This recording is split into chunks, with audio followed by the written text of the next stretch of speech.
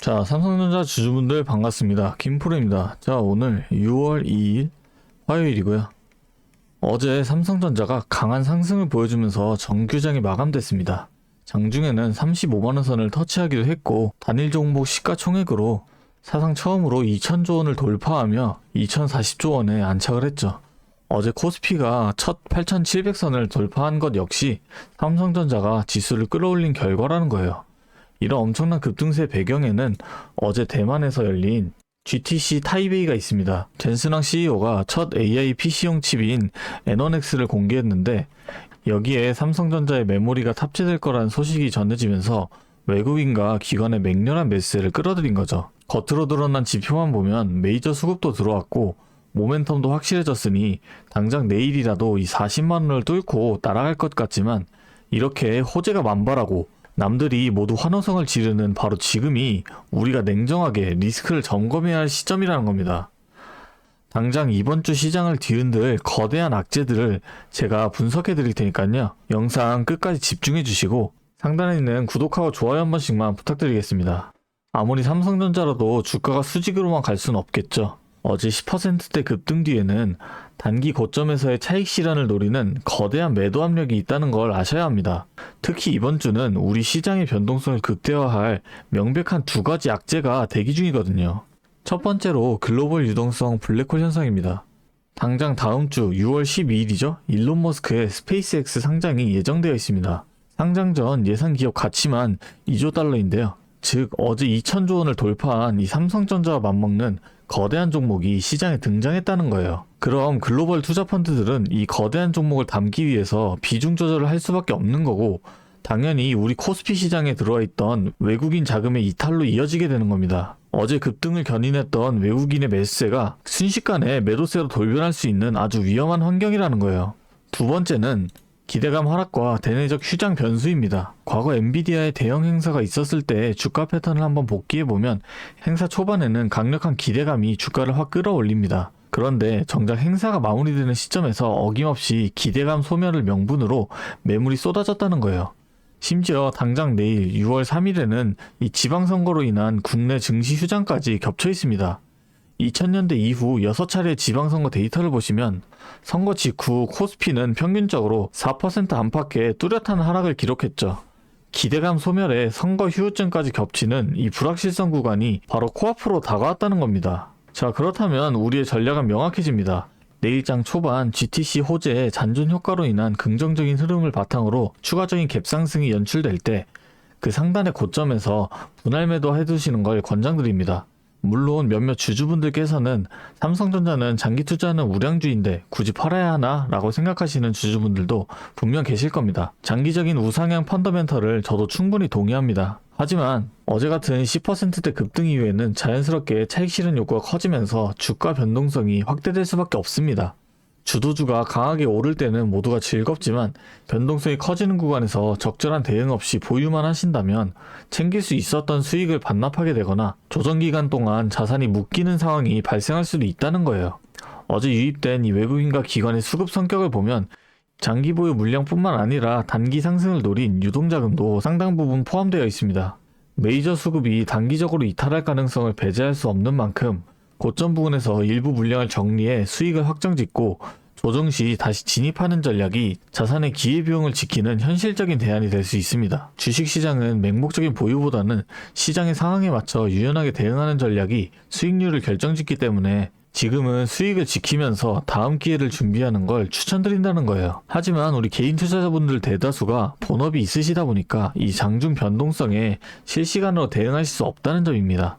당장 오늘장 초반에 삼성전자가 매물대가 없는 신고가 영역에서 위아래로 호가가 미친듯이 흔들리면 밖에서 일하시는 중에 스마트폰으로 호가창만 쳐다보시면서 장중 실시간 대응이 너무 막막하실 겁니다. 어느 가격대에서 이 수익을 실현하고 다시 잡아 들어가야 할지 타이밍 잡기가 쉽지 않으실 텐데요. 그래서 본업 때문에 바쁘신 분들을 위해 제가 도움을 드리려고 합니다. 제가 상단에 번호를 하나 잠깐 띄울게요. 010-3436-7531 여기로 삼성 그리고 평단가 있으신 분들은 평단가까지 문자로 적어서 보내주세요. 그럼 제가 이 문자 확인하는 대로 여러분들 평단가에 맞춰서 당장 오전장에서 나타날 수 있는 큰 변동성 속에서라도 이 대응 방법과 타이밍을 정리해서 공유해 드리도록 하겠습니다. 제가 이렇게 또 도와드린다고 말씀드린 이유는 저 또한 과거에 여러분과 똑같은 이 막막함을 많이 겪어봤기 때문인데요. 2022년 이 금리 인상으로 인해서 시장 전체가 크게 하락했던 시기를 다들 기억하실 겁니다. 당시 저도 직장 생활을 하면서 틈틈이 주식을 했었는데 회의실 구석이나 화장실에서 몰래 스마트폰으로 계좌 보면서 한숨만 쉬었던 날들이 정말 많았지만 워낙 우량주니까 시간 지나면 알아서 회복되겠지라고 생각하면서 버텼었는데 이 확실한 기준조차 없으니까 계좌 손실은 점점 커지고 일상생활조차 집중하기 어려울 만큼 스트레스가 정말 심했습니다. 자, 그런데 이때 어떤 주식이 먼저 올라왔는지 아시나요? 처음엔 다들 아시는 것처럼 뭐 이 로봇이 된다, AI가 뜬다 하면서 대기업 투자 뉴스에 수많은 사람들이 몰려갔었는데, 그런데 저는 오히려 남들이 다 그런 뉴스에만 관심 가질 때 2022년 말에 가장 밑바닥에 있던 2차 전지에 집중을 했었습니다. 왜냐면 당시 전기차 수요가 일시적으로 둔화된다는 악재 뉴스가 도배되고 있었지만 제가 주목한 건 따로 있었습니다. 바로 우리 일상 속에 이미 아파트 주차장이나 대형마트마다 전기차 충전구역이 법적으로 의무화가 되면서 강제적으로 늘어나는 인프라의 변화가 눈에 띄게 일어나고 있었죠.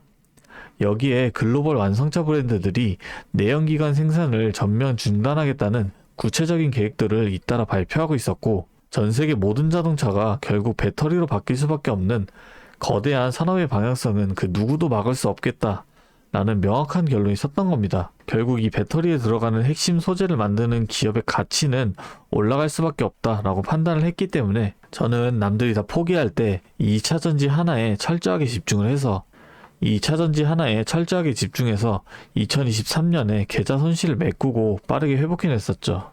하지만 이 2차 전지가 오른다는 걸 알아도 기업마다 들고 있는 기술력이 다 다르고 주가가 흔들리는 등락폭이 전부 다 다를 수밖에 없잖아요. 그래서 제가 평소에도 이 기업에 대한 분석과 가치를 판단하고 진입을 하셔야 한다라고 말씀을 드리는 겁니다. 이 영상 보시면서 어떻게 해야 할지 걱정하시는 분들의 마음 제가 너무나도 잘 압니다. 여러분은 제가 겪었던 이 시행착오를 좀 피하셨으면 합니다. 다시 한번 말씀드릴게요. 010-3436-7531 여기로 삼성 평단가 있으신 분들은 평단가까지 같이 적어서 문자 남겨주세요. 그럼 제가 최대한 빠르게 이 문자 확인한 후에 여러분 당장 오전장부터 명확한 대응 이어나갈 수 있도록 도와드리겠습니다. 그리고 여기까지 보신 우리 구독자님들을 위해 제가 아주 특별한 선물을 하나 준비했는데요. 제가 방금 2차 전지 이야기를 말씀드렸던 것처럼 이 시장의 일시적인 악재에 가려져서 남들이 전혀 쳐다보지 않고 있을 때 이 지금 메이저 자금들이 조용히 진입 기회를 노리고 있는 하반기 핵심 주도주 리포트를 준비했으니까요. 주주님만 놓치지 마시고 이 선물까지 꼭 함께 챙겨가셨으면 좋겠습니다. 자, 오늘 제가 준비한 선물은 요즘 굉장히 핫한 이 AI와 관련된 종목인데요. 자, 그런데 이 AI가 사용되는 곳이 굉장히 또 많고 용량도 크다 보니까 전기가 부족해져서 이 전력난이 상당히 심각하다는 겁니다. 이게 어느 정도냐면 이 데이터 센터가 쓰는 전기량이 우리나라 전체 사용량의 2배가 넘는다는 거죠. 그래서 이 데이터 센터 기업들이 가장 먼저 해결해야 하는 숙제가 바로 이 전력난을 해결하는 겁니다. 자, 그런데 이 전력난을 해결하려고 발전소를 더 지으려면 이 10년이 넘는 시간이 걸리는데 당장 내일 전기가 모자란데 10년은 너무 길죠. 그래서 오늘 가져온 게 가상발전소인데요. 이 가상발전소는 정부와 기업도 큰 관심을 보이는 핵심 사업이라는 겁니다. 그러면 이 가상발전소는 뭘까요? 실제로 발전소를 짓는 게 아니라 여기저기 흩어져 있는 전기들을 네트워크로 묶어서 하나의 발전소처럼 통합 관리하는 시스템인데요. 예를 들어서 전기차 배터리에 남은 전기를 전력망에 다시 팔아서 수익을 낼 수도 있는 겁니다. 이런 식으로 전국의 남은 전기들을 AI가 모아서 마치 하나의 거대한 발전소처럼 운영하는 거죠. 사실 지금까지는 전기를 절약해야 한다 이렇게만 생각했잖아요. 그런데 이 조건 자체를 바꿔버린다는 겁니다. 이 발전소를 무작정 지을 수 없다면 있는 전기를 얼마나 효율적으로 쪼개서 쓸 수 있느냐가 핵심이 된 거예요. 이게 바로 이 가상발전소가 앞으로의 시장을 지배할 수밖에 없는 이유가 되는 겁니다. 이미 테슬라에서는 일본에서 가상발전소 사업을 전국으로 확대했고요. 우리나라 정부도 제주도에서 이미 시범 사업을 운영하는 중이죠. 결국에는 이 가상발전소, 즉 VPP 사업이 미래의 핵심 사업으로 자리 잡을 수밖에 없는데요. 제가 이 중에서도 무려 5년 전부터 이 가상발전소를 준비해온 특정 종목 한 가지를 가지고 왔습니다. 이 기업은 다른 경쟁사들이 이제 막 가상발전소 사업에 뛰어들 때 이미 5년 전부터 대기업들과 인프라 구축을 마쳤고, 범용성 또한 한 가지에 묶여 있는 게 아니라 아파트, 상가, 공장, 그리고 전기차 충전소까지 서로 다른 에너지를 컨트롤하는 독보적인 통합제어 기술을 이미 갖추고 있다는 겁니다. 다시 말해서 에너지 효율을 뽑아내는 기술력이 시장 평균보다 이미 30% 이상 앞서고 있다는 평가를 받고 있어요. 그렇다면 올해 2026년 분산에너지 특화 사업이 본격화되면 어떻게 될까요? 이 기업의 소프트웨어가 전국에 깔리게 되는 압도적인 점유율을 예상해 볼 수 있겠죠. 그렇다면 우리는 남들보다 한 발 앞서서 이 수익의 길목을 지키고 있어야 큰 수익을 가져간다는 겁니다. 자, 제가 지금 정말 공들여서 분석한 이 종목 정말 궁금하시죠? 지금 화면에 보이시는 이 번호 010-3436-7531로 선물이라고 두 글자 적어서 문자 보내주시면 제가 확인하는 대로 분석한 리포트와 함께 종목명까지 바로 공유해드리도록 하겠습니다. 제가 드리는 이 선물로 우리 구독자분들이 조금 더 여유있고 성공적인 투자 이어나가셨으면 좋겠고요. 지금까지 긴 영상 시청해주셔서 감사합니다. 김프로였습니다.